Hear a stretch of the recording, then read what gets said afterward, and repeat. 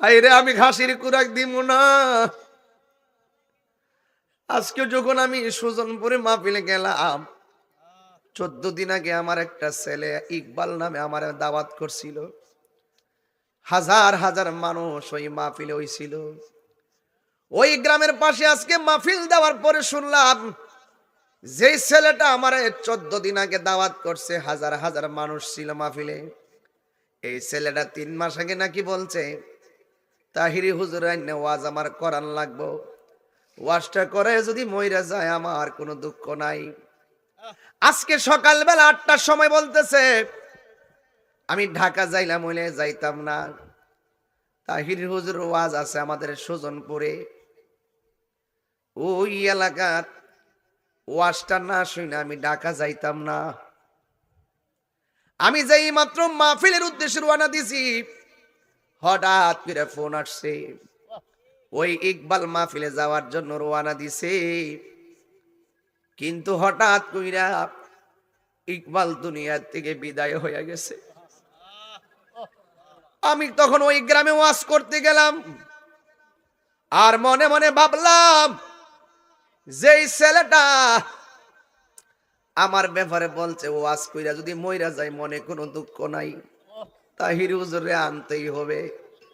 যেই ছেলেটা বলছে আজকে ওয়াজটা না শুনে ঢাকা যাইতাম না, ওই যাওয়ার পথে যেই ছেলেটা মারা গেছে, তখন আমার তো আর মন মানে না রে।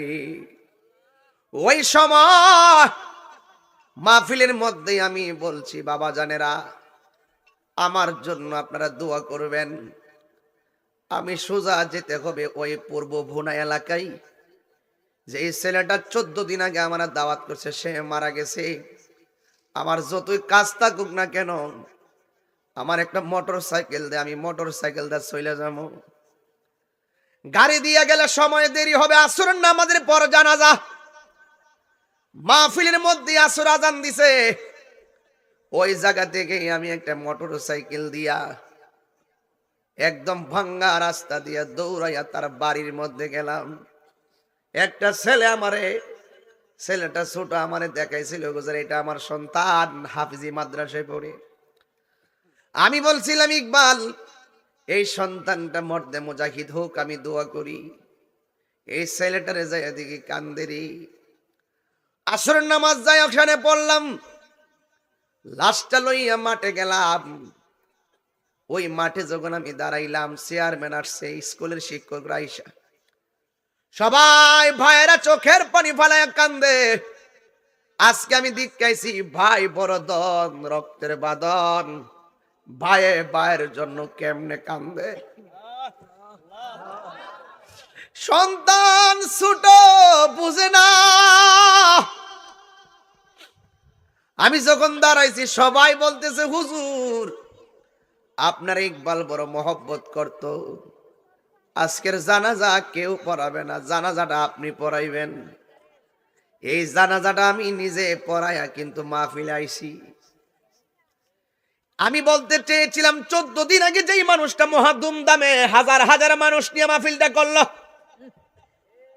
14 দিন পার হতে পারে না এই জোয়ান ছেলেটা, মাত্র মনে হয় কয়েক বছর হবে তার ছেলেটার, 5-7-8 বছর হবে।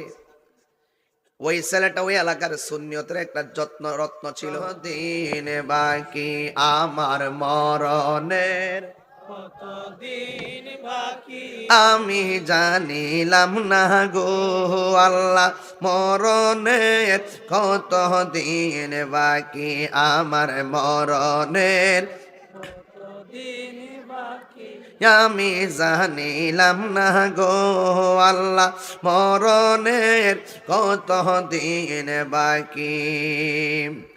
আর আজরাইলা শিয়া যখন হস্তে দিবা দড়ি, আজরাইলা শিয়া যখন হস্তে দিবা দড়ি, তখন আমার মনা ভাই করবা লুকালুকি আমি জানিলাম না গো আল্লাহ, মরণের কত দিন বাকি আমার মরণের কতদিন বাকি আমি জানিলাম না গো আল্লাহ।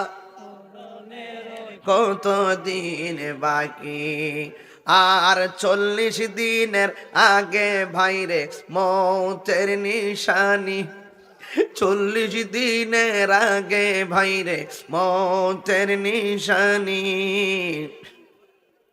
জমদূতে বা ইন্দানি বা চোখে দিয়ায়ান আমি জানিলাম না গো আল্লাহ মরণের কত দিন বাকি, আমার মরণের দিন বাকি আমি জানিলাম না গো আল্লাহ মরণের কত দিন বাকি, আর হায়াত হইল হাতে বাইরে মত হইল পায়ে, হায়াত হইল হাতে বাইরে মত হইল পায়ে, যে জায়গা যার মরণ লেখা সেই যাই গাছে মরে আমি জানিলাম না গো আল্লাহ মরণের কত দিন বাকি, আমার মরণের দিন বাকি আমি জানিলাম না গো আল্লাহ মরণের কত দিন বাকি, আর কানের গেল কর্ণ তালি, চোখের গেল জ্যোতি, ঠিক কি না? আধা ঘন্টা 1 ঘন্টার ওয়াজ এই গজলের ভিতরে আছে, আপনারা যদি জ্ঞান খানার বুঝবেন। আমি রাত্রে যত গভীর হয়ে একটু ভার কথা বলি, কারণ আমি অল্প কথার ভিতরে অনেক কিছু বোঝানোর চেষ্টা করি, একটু খেয়াল করবেন। আর কানের গেল কর্ণ তালে, চোখের গেল জ্যোতি, যার জ্যোতি গেছে আর গান গেছে কিনা।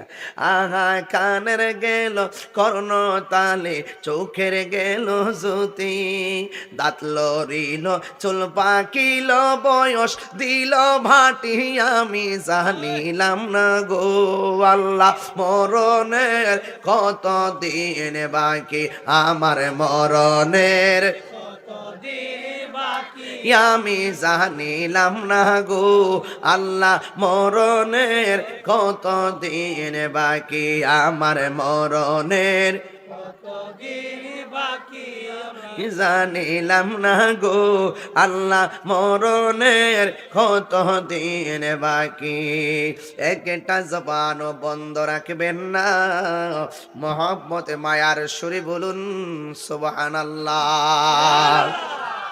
এ বন্ধুরে, ও জগমোহনপুরের বাবা, যদি কথা বলেন আমি ওয়াজ করতে পারবো না, কিছু পোলাপান ঢুকছে, খুব ডিস্টার্ব ফিল।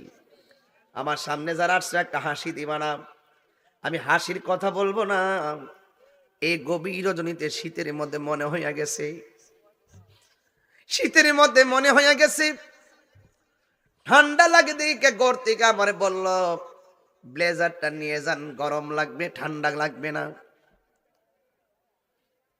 আপনার গায়ের মধ্যে চাদর, আমার গায়ের মধ্যে ব্লেজার, মাফলাট বান্দা কি সুন্দর ঘুরে এসেছেন, কিন্তু আপনার বাবারে যে কবরের মধ্যে একটা কাপড় দিয়ে ফালায় আসছেন, একবার ভাবছেননি আমার বাপটা কেমনে একটা কাপড় পরে মাটির মধ্যে পড়ে রয়েছে?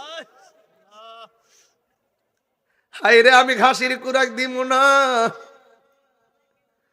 আজকে যখন আমি সুজনপুরে মাহফিলে গেলাম, 14 দিন আগে আমার একটা ছেলে ইকবাল নামে আমার দাওয়াত করছিল, হাজার হাজার মানুষ ওই মাহফিলে হইছিল। ওই গ্রামের পাশে আজকে মাহফিল দেওয়ার পরে শুনলাম যে ছেলেটা আমার 14 দিন আগে দাওয়াত করছে, হাজার হাজার মানুষ ছিল মাহফিলে, এই ছেলেটা 3 মাস আগে নাকি বলছে তাহিরি হুজুর আইনে ওয়াজ আমার করান লাগবো, ওয়াজটা করে যদি মইরা যায় আমার কোনো দুঃখ নাই। আজকে সকালবেলা 8টার সময় বলতেছে আমি ঢাকা যাইলাম, হইলে যাইতাম না, তাহির হুজুর ওয়াজ আছে আমাদের সুজনপুরে, ওই এলাকার ওয়াজটা না শুনে আমি ঢাকা যাইতাম না। আমি যাই মাত্র মাহফিলের উদ্দেশ্যে রওনা দিছি, হঠাৎ করে ফোন আসছে, ওই ইকবাল মাহফিলে যাওয়ার জন্য রওনা দিছে, কিন্তু হঠাৎ কইরা ইকবাল দুনিয়ার থেকে বিদায় হয়ে গেছে।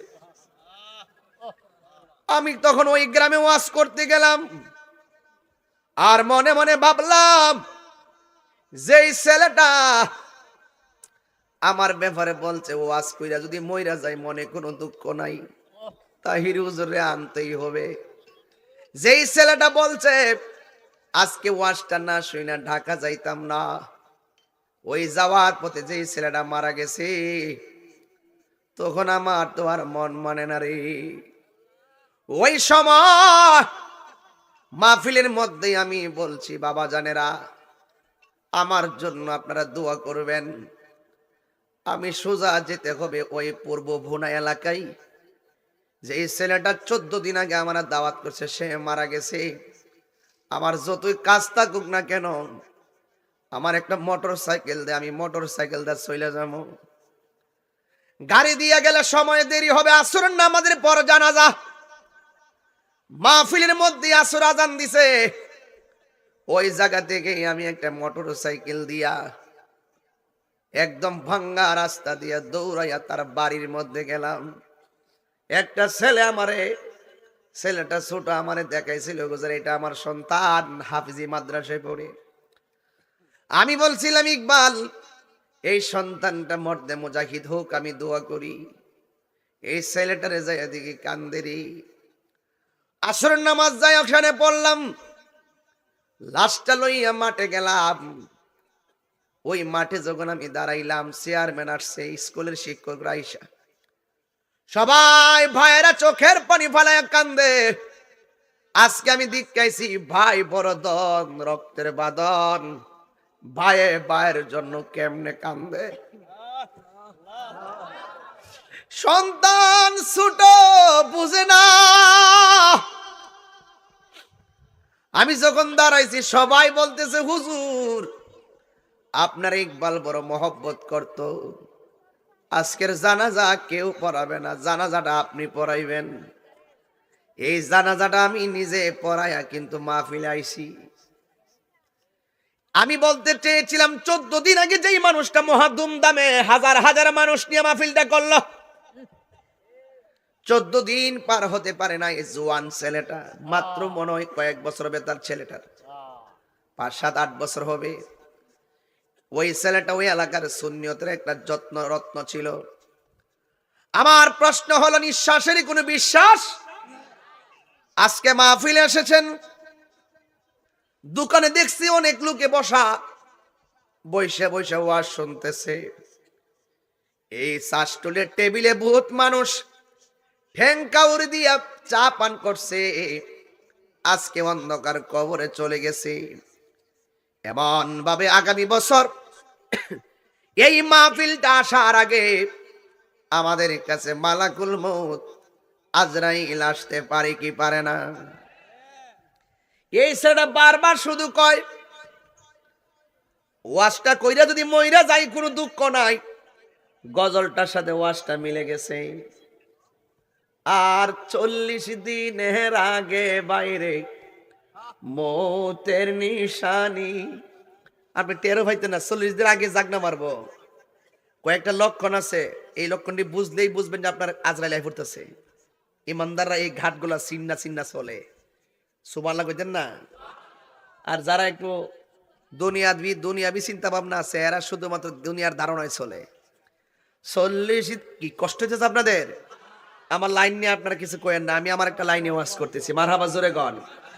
আর 40 দিনের আগে বাইরে মৌতের নিশানি, জমধুতে বা ইন্দানি বা চোখে দিয়া আন্দি আমি জানিলাম না গো আল্লাহ মরণের কত দিন বাকি, আমার মরণের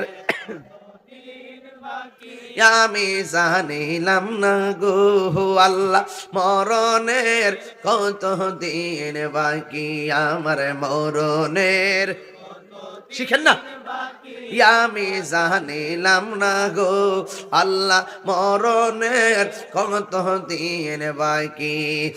একটা জবান বন্ধ রাখবেন না, মহব্বতে মায়ার সুরে বলুন সুবহানাল্লাহ। যুবক ভাইরা আমার, ও বন্ধুরি বন্ধু,